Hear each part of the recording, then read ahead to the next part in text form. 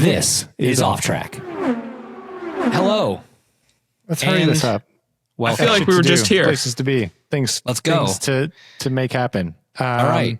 Well, let's talk. So, Alex, you were on a race show. We're just going to get right into it. We're just going to go actually into racing right off the bat. You guys were, you both were in race cars.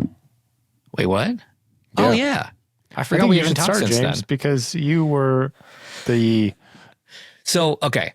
I was the first. I love that you forgot. Like the first one. I love that you've already forgotten that you were in a race car this weekend. Well, when he explains to you what happened, you'll understand why. I wanted to forget it. No, so yeah. So Petit Le Mans, guys. The IMSA season came to a close. That stands for Congratulations. Little Le Mans. Little Le Mans the in smaller French. one. Yep. Yeah. Petit Le Mans. And yes, back with the FAF crew for that race. Always fun getting back behind the wheel, especially with those guys in our Lambo Huracan. Just because it's Canadian? It's a big part of it, yeah. Okay.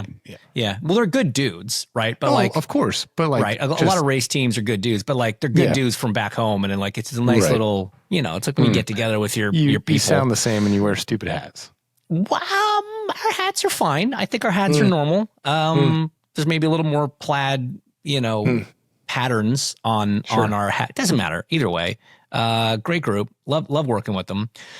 Love driving the car. But I hadn't been in the car since.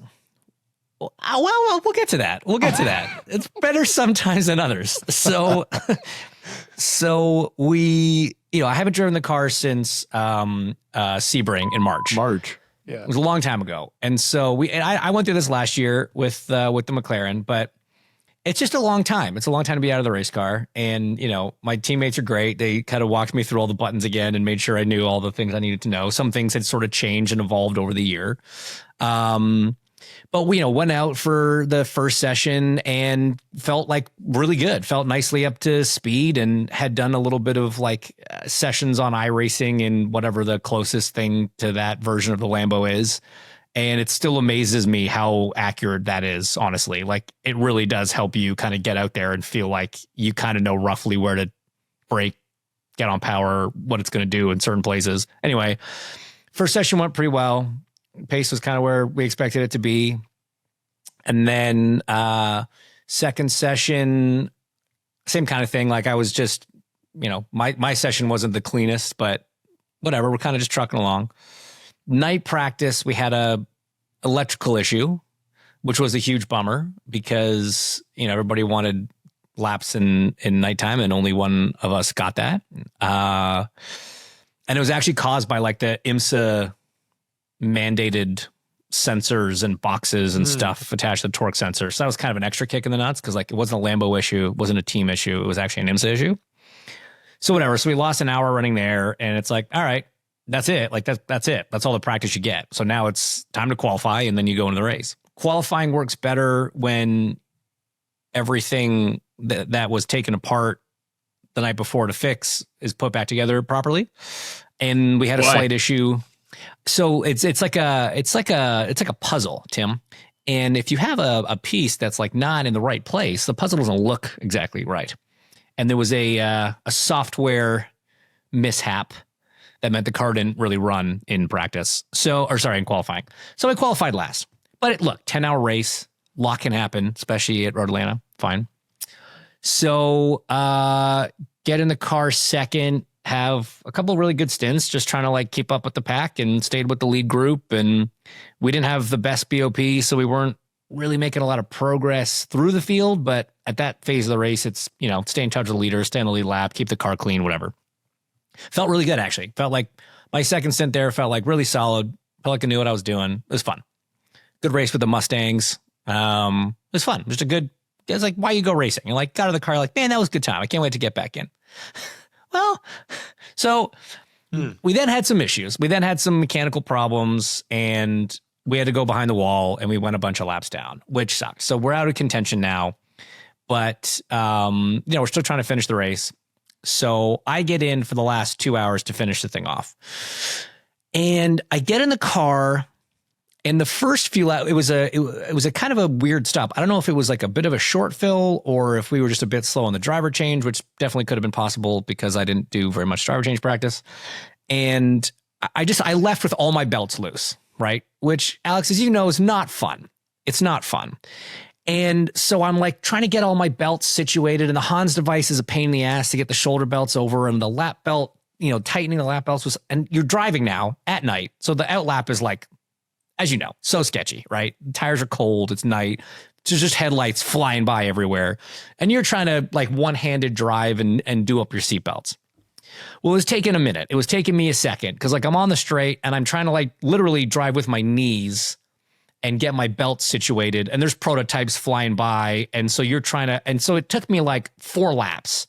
Because at one point the shoulder belt fell off the Hans, and I'm just like, I'm not going to crash this thing with my belts not done right. We're 20 laps down. Like what are we doing here? So I'm like, I'm taking my time. So my lap times aren't awesome in those first few laps because I'm like, I don't want to crash. And the car was a little sketchy. So I was like, okay, I got my belt sorted. I think I'm good now. And car still wasn't great. Lap times were still not awesome. And I was like, man, I'm pushing, but this thing is like, it's a bad feeling when you're all sorted and everything. You're like, all right. Now is the time to go. Now let's lay it down. Quicker. You're like, oh no. Yeah, I'm like, like I was right on the pace the last time I was in this car not that long ago. And so you start having this like, drivers are so dumb. You start having this like complete like crisis of faith. And I'm like, oh, I just don't know how to drive anymore. I'm done. I'm over it. And or maybe it's just I can't drive at night, which means I'm useless as an endurance racer. And all these things start going through your head. And I'm like, I don't know, guys. The car's just not. I don't talk on the radio much in that car, and I wasn't saying a lot. They were kind of probably just sitting on the timing stand, looking at my lap times, being like, "What is this guy doing? Why did we put him in the car?" Yeah. And so at one point, I was like, guys, I'm not gonna lie. Like, if there's something we can do with tire pressures, maybe, but like we are really struggling. The thing is so loose on entry and so much understeer on exit. It's like it's trying to kill me in all the right-handers, and I don't know what's going on. So we come in for a pit stop and we had a clutch issue and then we had an ABS failure and all these things. And so with about 30 minutes to go in the race, the ABS system to bed and you just can't drive those things without that. And so it was like, okay, we're not making any progress at this point. Let's not risk the car. Let's just come in. And as the team was trying to diagnose the ABS issue, one of the mechanics came up to me and he was like, hey, I figured out why the car wasn't, it didn't have a lot of grip. It was sliding around a lot. I was like, oh yeah, why is that? And he brings me around and shows me the leaking oil tank that is just spewing oil onto the left rear tire. Why is that bad? So, well, all the right-handers were very loose on entry, Alex. Oil is not a grippy substance. And so for, the last hour and 20 minutes or whatever I was in the car, the thing was just leaking oil. And I had oil pressure alarms going off. The team's like, no, it's fine. Just keep going. And so we were making our own lives a little bit more difficult, but you feel a lot better as a driver when you have a stint like that. And then there's like a very clear, identifiable reason. It's way worse when they're like, looks fine. Car's fine. Yeah.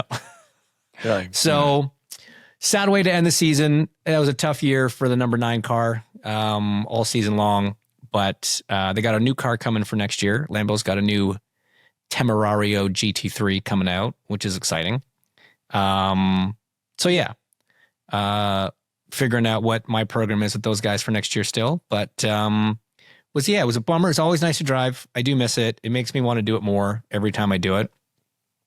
But yeah, schedules are tough. So anyway, that was my road Atlanta experience.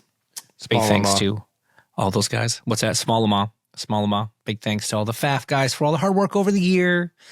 To Canadian Tire and Motomaster and Lithia and Driveway and all the partners and et cetera, et cetera. Keep going. Yeah, I think CSN Collision Centers, if we're going to be, So that was my time in a race car, which is always good. Alex got the opportunity to get back into his IndyCar at IMS Road Course with a few other people. So let's talk about your day, and then we'll talk about the day in totality. Well, James, have you seen pictures from IMS as of late? Like some really cool pictures of like a hole in the track and like different layers of asphalt and original brick and all that sort of thing. Amazing, by the way. That stuff was super cool. Super cool. Incredible. Where are we going with this? I still don't really know why they're doing that. I guess it's to try and get rid of the bump in turn 2 at the Speedway, which in a way is interesting, but also like, I hope they don't, because that's kind of what makes it so hard. Would you say the bump had gotten worse this year or in the last? No, it's kind of how it's been. Yeah. But I mean, turn 2 is the hardest for a reason. And it would be a shame if it became not hard just because it's the challenge of the lap, right? So anyways, that I digress. When they did that, there's a lot of wiring and such underneath racetracks. And so they messed something up. Right. And so there was timing and scoring was not timing and great. scoring in the morning. And then there was only timing and scoring for the rest of the day on like every either second lap or third lap. Sometimes every second and third lap, but not your fourth lap.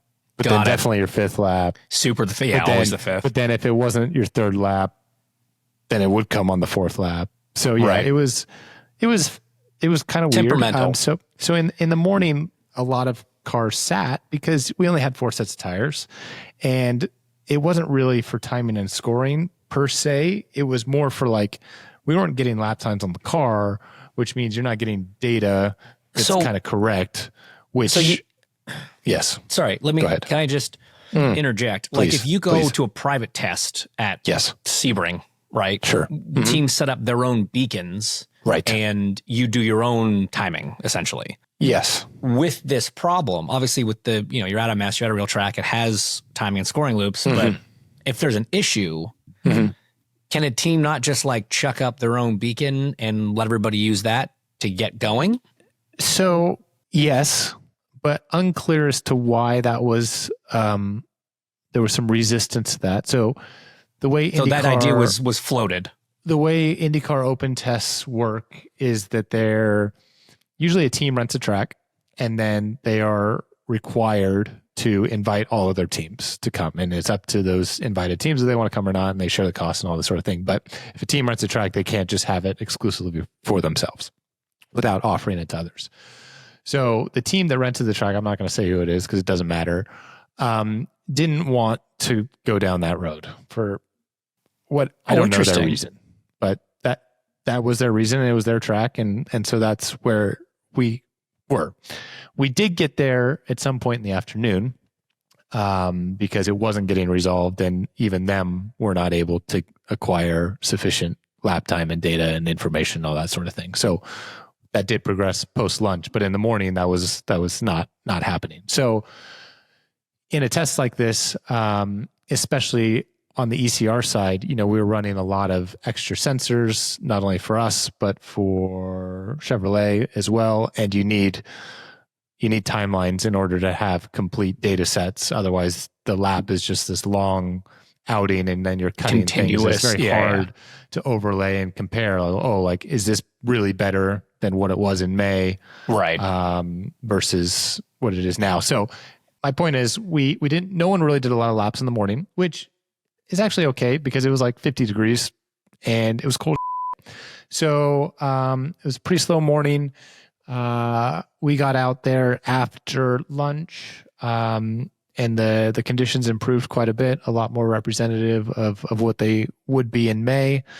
And we were able to get through the entire list of things that we went in with, which is quite an accomplishment. It's the first time I've ever done that in a test, because usually you go in with a list that's so astronomically long that it's like there's no chance.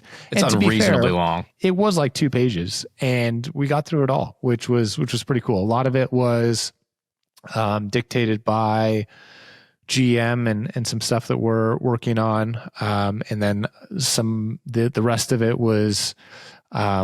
We're starting to have new components kind of come online, and it's not complete components, but kind of making sure that the stuff that is in production and in existence is working as it should, and is kind of behaving as we'd expect. So that was really good. Christian unfortunately had a lot of issues on his car. He had a clutch problem. He had a brake system problem, and only did like 30 laps in the afternoon. So he didn't get through a lot, but still as a team, we were able to get it all done, which was super cool. The track was pretty slow. Even though you would expect it to be slower than qualifying because you're not on alternate tires and because engines from both sides are turned down and that sort of thing.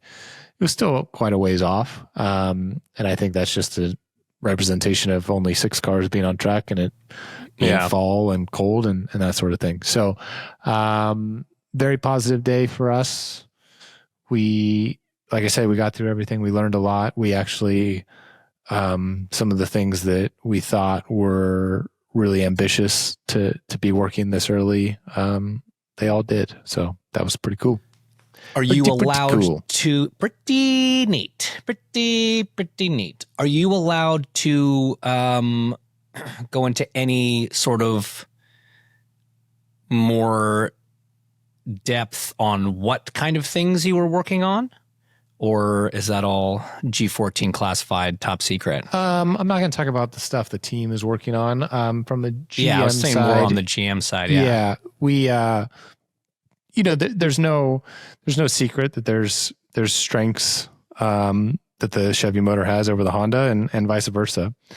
And for us, we felt that one of our bigger shortcomings in terms of we were having to adjust the car a lot. And honestly, I felt this ever since switching manufacturer camps. You have to adjust the car a lot more for the traction side of things, like corner exits, and you have to make setup adjustments that like Honda cars aren't thinking about, right? So you're a little bit more kept in a box on some of the stuff that you can do just because you have to think about, the drivability and the power down side of things. So this is like a pure traction kind of situation. So for people at home, what sort of setup changes are you having to think of now with a Chevy in the back that maybe you weren't as a Honda? Like, are there Chat GPT is a cool thing. You can type that in there if you're really that curious and it'll spit out an answer for you. But for us, we had kind of 3 tracks to choose from. It was Laguna, it was Mid-Ohio, and it was Indy GP. Laguna's tough this time of year just because it's extra cold. Mid-Ohio, the weather would have been great, but we didn't think there was enough traction events at Mid-Ohio. You've got kind of the keyhole turn 2, but other than that, it's especially with the repave, it's pretty straightforward. Whereas Indy GP, there's a lot of slow corners that lead on to big straights and a lot of combined. There's a lot of lateral load in the car as you're trying to get the power down and that sort of thing. So really taxing the rear axle and the rear of the car. So we felt that even though we were pretty strong at Indy GP in terms of like ECR and qualifying pace and that sort of thing, that it was still, of the choices that we had, it was going to be the most useful for really trying to dial in a street course. We were looking to try and find a way to get as comparable as possible to traction events that you'd have at a street course. Now, I know that a permanent road course isn't one that you'd really think of. Smoothest track that we go to, yeah. But it is very demanding on the rear tires in those phases. So that's kind of where we went with it. And like I said, it was all super positive. So you were sharing the track with many other cars, most of which were rookies or lights drivers. But Christian, right?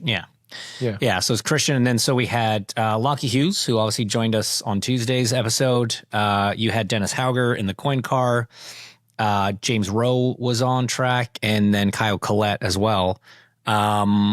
What was your kind of take? I know a bunch of those guys did some laps at, I want to say it was Mid-Ohio a few weeks ago. There was a big test, and I know Hauger and Collette were there, certainly. You're forgetting Schumacher. Oh my God. Well, yeah, we'll get to him, Mick. Yeah.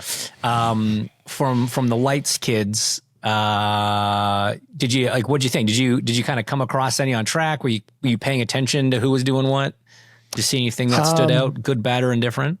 Not to call anybody out, but no, not at all. There was not a single red flag aside from one of the cars ran out of fuel, so no driver error. There was no spins. There was no one that like wasn't paying attention, and so like if you came up on someone and they weren't on a good lap or whatever, like they pulled over. So no, it felt like you were on track with the normal guys. Good. So I don't know what else to say other than they all performed great. All did what they should have. Yeah. So then, okay. So Mick Schumacher, obviously making his big IndyCar test debut. We kind of had talked about how it's really best case scenario. Any guy that comes over from Europe, that track seems to suit them well. RLL has historically had really good cars there, but Mick showed up, and based on what I saw, I know the timing system wasn't working all day. So, and you never look too much into times at a test, but seemed to get along pretty well. Yeah. It's really hard because the times that I saw published were not the times that accurate. Yeah. Well, no, I'm not saying that. We don't have this. There was 2 sets of times. Like, so I have honestly no idea. I do know for sure that Dennis was quick all day, which shouldn't come as really any surprise. And it was kind of him and I for what I could see for the most of the part, kind of every set of tires kind of going back and forth on each other, depending on just who ran a set first. So he was kind of the guy that we were paying most attention to. And then there were some other not weird outliers, but like we didn't see mixed time that was published, but that doesn't mean it didn't exist. Like I'm not saying that he didn't do it. Yeah. Like we just, So very, very hard to say because of the reasons that I just explained. That being said, he looked good on track. I wouldn't expect him to not be on pace. As you said, like RLL cars are good there. He's a former F1 driver. He's been racing in prototypes. So like, yeah, he was going to be fast and I didn't expect anything less. And it seemed that he really enjoyed it. So, one of our very good friends, Brian Simpson, who is also working with RLL on some of their content creation and stuff, kind of said that he was like happy and smiling all day and talked to some of his people and the feedback was nothing short of like, this is awesome. And, really hope that, something can come together. And he said so much, to Marshall Pruitt as well. So I think this wasn't just, a PR move. It was a PR stunt by Ray Hall. They were both evaluating each other. And Mick was evaluating the team as much as the team was evaluating him. And it seemed that everyone ended there very happy. So I don't know. That could be a pretty big get for the championship if it were to happen. Watch this space. Yeah. It would be interesting. It was cool to kind of, hear his comments afterwards and hear him talk about how, he had talked to a lot of the guys that had come over, and everyone that's come over only has good things to say about it, right? Like you never hear stories of someone that's come over from Europe or come over from Australia or come up from South America, whatever, and get to IndyCar and say, yeah, like I'd rather go back, it's okay. It's not like everyone that comes here from like a pure driving, pure racing, pure culture standpoint. It just seems to be the place that kind of makes everybody happy. Like, not to say you can't be happy elsewhere, but like nobody that comes here is disappointed with the you style. Fall in love with racing all over again. It's Europe and European motorsports and Formula One and even the highest level of WEC and everything. Like it's awesome. Like the cars are sick. The events are sick. The tracks are sick. I get it. Everything else isn't.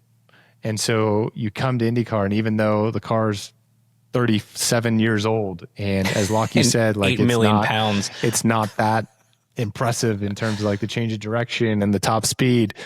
You get into the car and the environment, and especially the races, and you're like, this is awesome. This is what I fell in love with when I was 10 years old.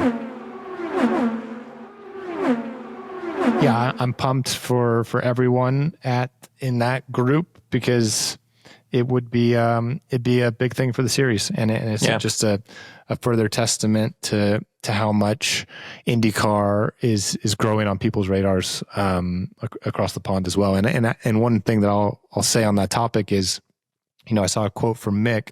He was asked specifically about the ovals, and he was like, "Listen, do I have any experience? No. Do I have reservations about it? Yes. But I'm not, if I were to do this, I wouldn't do something halfway. Like, if I'm going to come over here, I'm going to do 100%. I'm going to learn it. I'm going to figure it out." And that's also a really cool approach, because I think that that's also a shift that started to happen is, previously there was guys coming over from Europe, in the early 2012s and whatever, that were only going to do road courses and street courses, and they just flat out refused to do ovals. And now it seems that the more and more guys that come over, it's like, yeah, it's going to be hard, but yes, I'm going to do it, and I want to compete for the championship. And I got to think that what Grosjean did was a big part of that, right? Because when you're young, right, and you haven't had a tremendous amount of success or a 10-year career in Formula One or whatever, it's a lot easier to kind of swallow doing something that maybe you wouldn't do otherwise, or it wasn't originally on your radar. Like, you're young and you want a career in racing, and this is an opportunity. So you're like, yeah, let's go. When you've had a 10-year career in Formula One, and your career in Formula One ended off the back of one of the scariest accidents that we've seen in the last 20 years, maybe more, in Formula One, with Grosjean's, fiery wreck in Bahrain.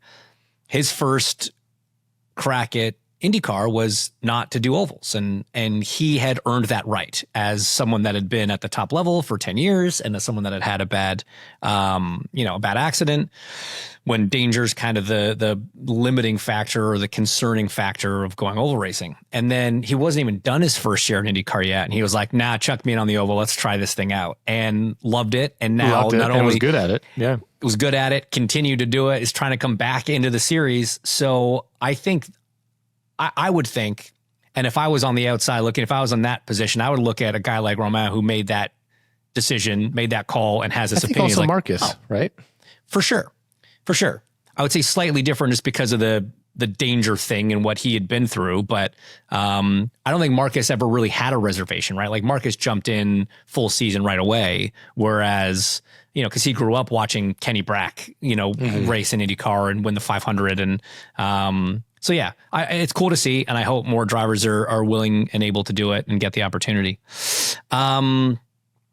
Some other news in the IndyCar paddock is, after Rinus was announced to not be coming back to Foyt, which was kind of a weird way to announce that, to coin. He has announced he's going to JHR.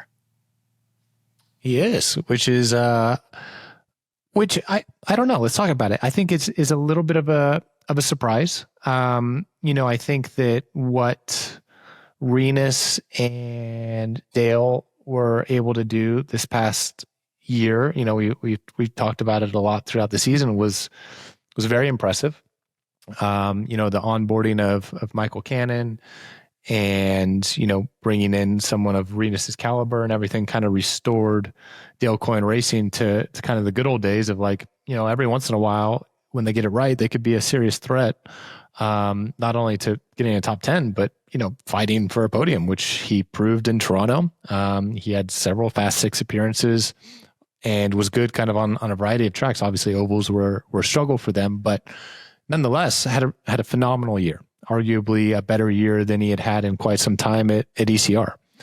And so, I had talked to him a little bit in Laguna, which is, a little bit past the halfway point in the season. And he was really happy with the environment and everything that he had. Obviously, he was looking to in his next deal, make money, because as all of us know, you don't want to do this for free forever.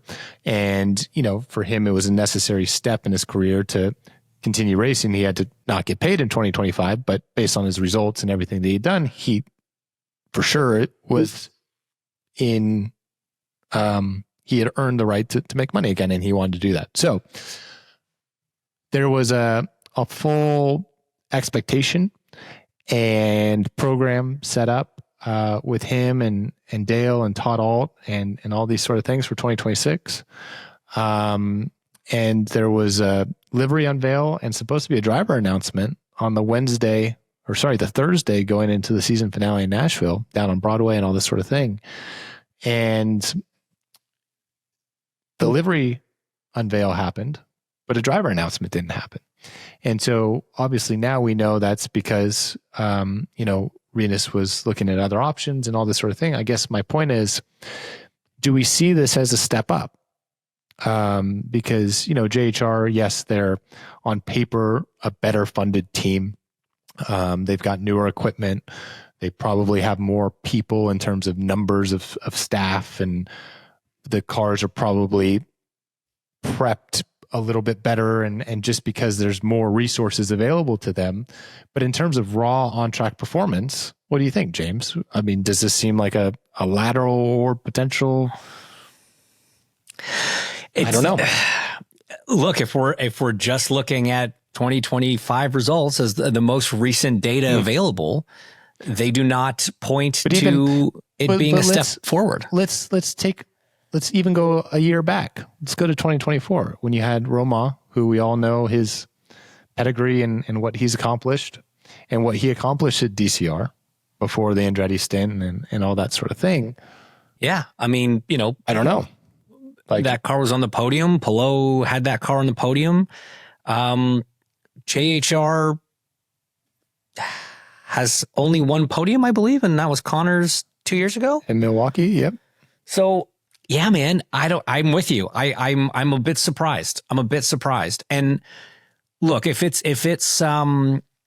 to go make a living versus not making a living, you can't fault a guy that. I mean, it's insane. It's insane to me that there's any seats in IndyCar that would require a driver to not make a living. Like, that just shouldn't exist at this level of the sport.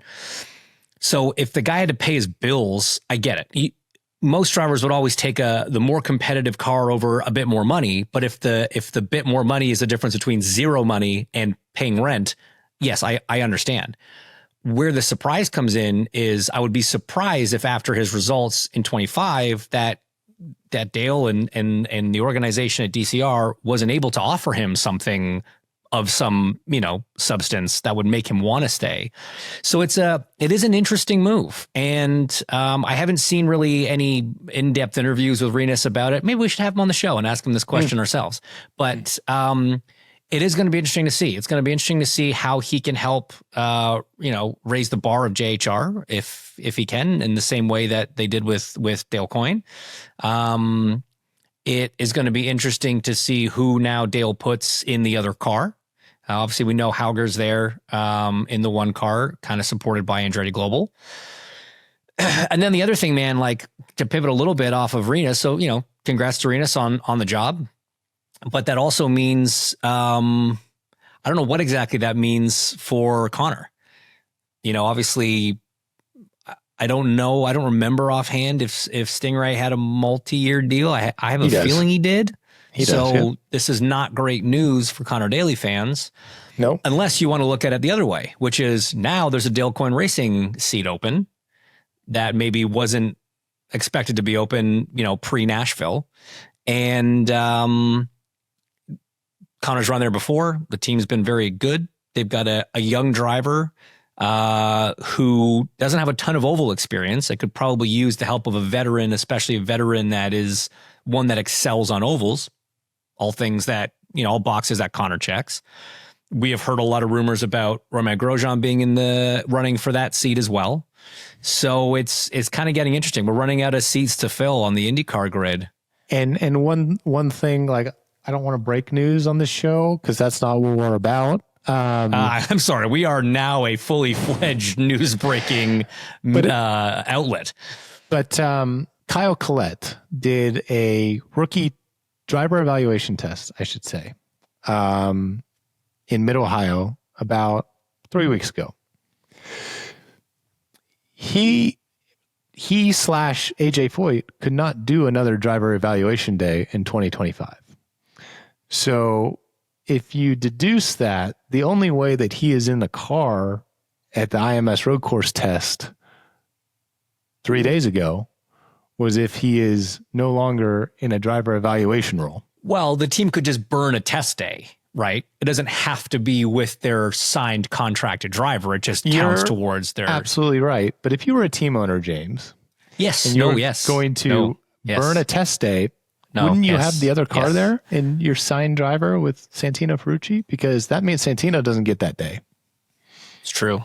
That is a good point. Whereas if you were, let's just say, using a rookie day, Santino couldn't be there anyways. But if you were using a team test day, you certainly would have the other car there. Now, I'm just going based on the rules of the IndyCar rule book. I've not been told anything otherwise. So you are speculating that Kyle Collette... Based on the rules, it would make sense. You are using deductive reasoning to place Kyle Collette, who finished second in the Indy Next Championship behind Dennis Hauger, at AJ Foyt Racing in 2026. Interesting. Just based on the rules, not anything else. Yeah. That's a hot take, and I like it because we weren't sure who was going to fill that car post Little Dave. Interesting. Very interesting. On that note of the rule professor, I must get out of here. You go do your thing. Okay. Love you. Thanks for chatting. Love you. Bye. Say hi to the fam. Wow. And now you're stuck with me. What a bombshell to just leave on, trying to predict driver market. Look at the way the sun is coming through my blinds. I should have closed them more. I look like a skeleton. Yeah. Look at that. That's all right. It's October. It is, right? It's I'm not going to say the word. I'm not going to say that term. Spooky? Is that what you're going to say? I was going to say spooky. See, I'm not going to say that. I'm just, I'm an adult, so I'm not going to do that. All right. So you were in Georgia this weekend. I know you've got a few more things before you get a weekend home. So what do you got coming up? So I leave now. So this, I had my 32 days on the road, came home for my 18 hours and left for Road Atlanta. I do have to say, I'm pretty proud of myself for the jet lag management that I pulled off. Like, Singapore is a 12-hour time difference to the Eastern But didn't you say seaboard. they kind of like keep on European time in Singapore? Okay. Yeah, they try to, for sure. I wouldn't say that's 8. That's what, 5 or 6 hours? It's 6 to 7, kind of the way it works out, which is sometimes even weirder amount of time to deal with. But dude, I pulled it off. Like, I felt great. I went to bed when I wanted to go to bed. I slept for the 7 to 8 hours I wanted to sleep, and I woke up feeling great the whole time. I've done Singapore many times, and I've normally taken a full week to get over that. Like, midday would have just crazy energy slumps, and I don't know if it was just like my brain was like, you can't afford that. You have to be behind the wheel of a race car, and you got to be paying attention and be on your game. But it was I was pretty impressed. I was happy. I was happy with that program. So did that, came home Sunday, Monday, Tuesday, I get it home. Wednesday, I leave for Austin Formula One race. We then go straight to Mexico City from Austin. So I'll be on the road for the next couple weeks, and then I get a weekend off, and then I have 5 straight weeks on the road. So we're there. We're almost there. We're almost there. After this trip, it's kind of the home stretch. You get one more break and then power through the last month, basically. But so for Austin, this thing is moving just slowly further up. It's going to be on my face by the end of the show. That involves getting up, which I don't want to interrupt the flow of the show. Okay. So yeah, so COTA this weekend, and for the intro, the opening of the show. So like, on F1 TV at the start of the show, top of the program after is it in the pre? Yeah, it's usually the top of the pre-show. There's like usually some kind of moody, well shot opening thing, and sometimes it's something to do with local culture or whatever. I don't know the details, and I don't know if I'm even allowed to say this, but I'm going to say it. Somehow it involves me riding a horse. I know that when I get to Austin, we're going to a ranch to film something for the Open. So I am a little bit terrified because large animals scare me, because they're not controllable. I'm more of a fan of being able to control the things. I like multiple horsepower mechanically, not a single horsepower biologically, if that makes sense. Okay. Can you ride a horse? Like, is that something that you've done in the past? So, yes, I have ridden a horse in the past. It was by past. I mean, past. It was past. Okay. It was a long time ago, and I'm sure it was very controlled by somebody else, which I assume this will be as well. The good news is if it all goes like doing the same things. I mean, now you've both done F1 stuff. Now you're both like horse guys. It's so Alex just watches his. I'm going to ride this one. I'm going to actually do something. He didn't really do anything. That's Although fair. we both did ride along in one of those, like, I don't know what they're called now, like the little carriage racing ones, you know, like with the little buggy. Yeah, like, you know, like they do like horse a racing. Ben-Hur style thing. No, they sit in them, you know. Okay. Come on, you've seen these. It's like jockeys, and they have these little carts they tow. I don't know what it's called. No, I've not seen that.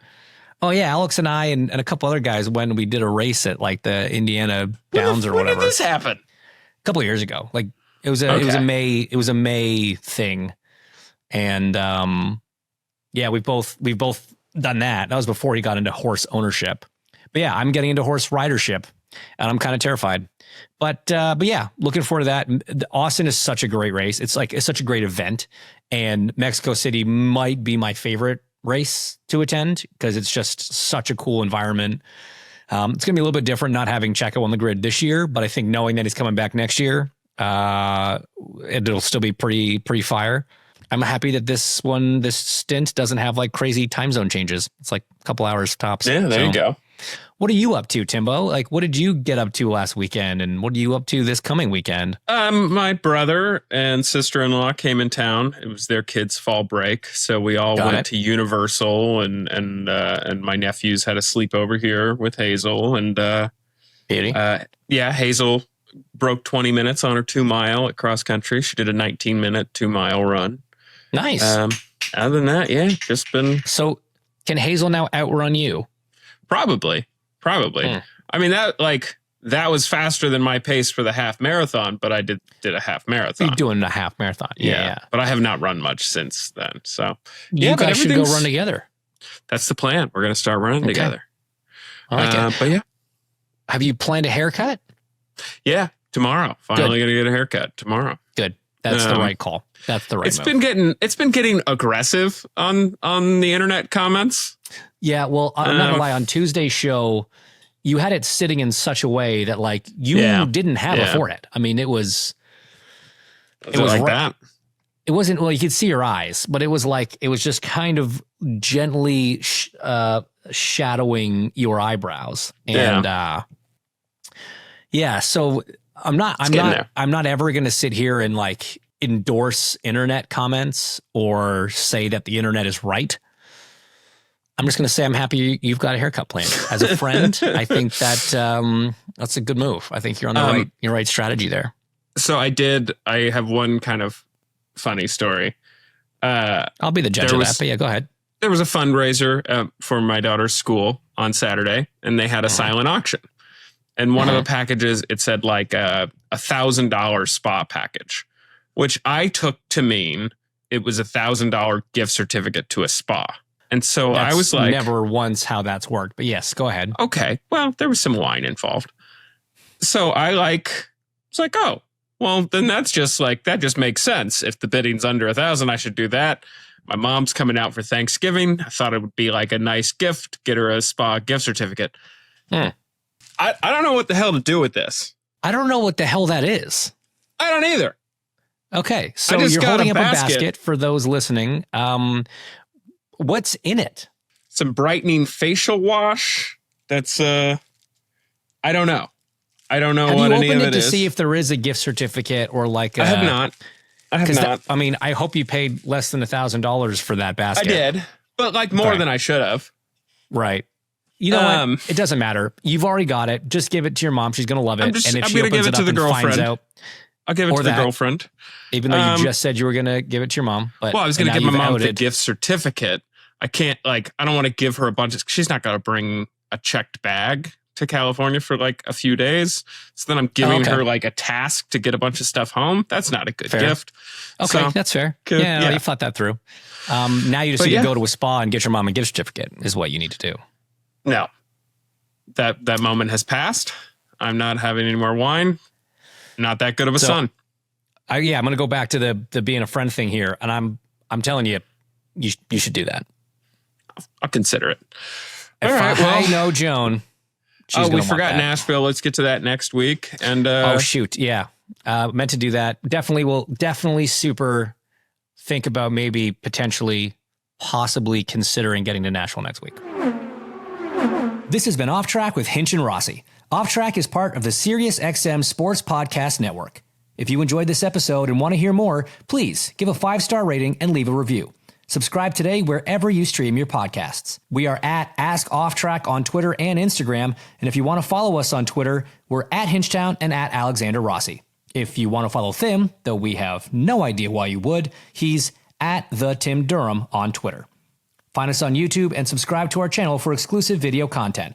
Off Track is produced by Tim Durham, and by that we mean Tim.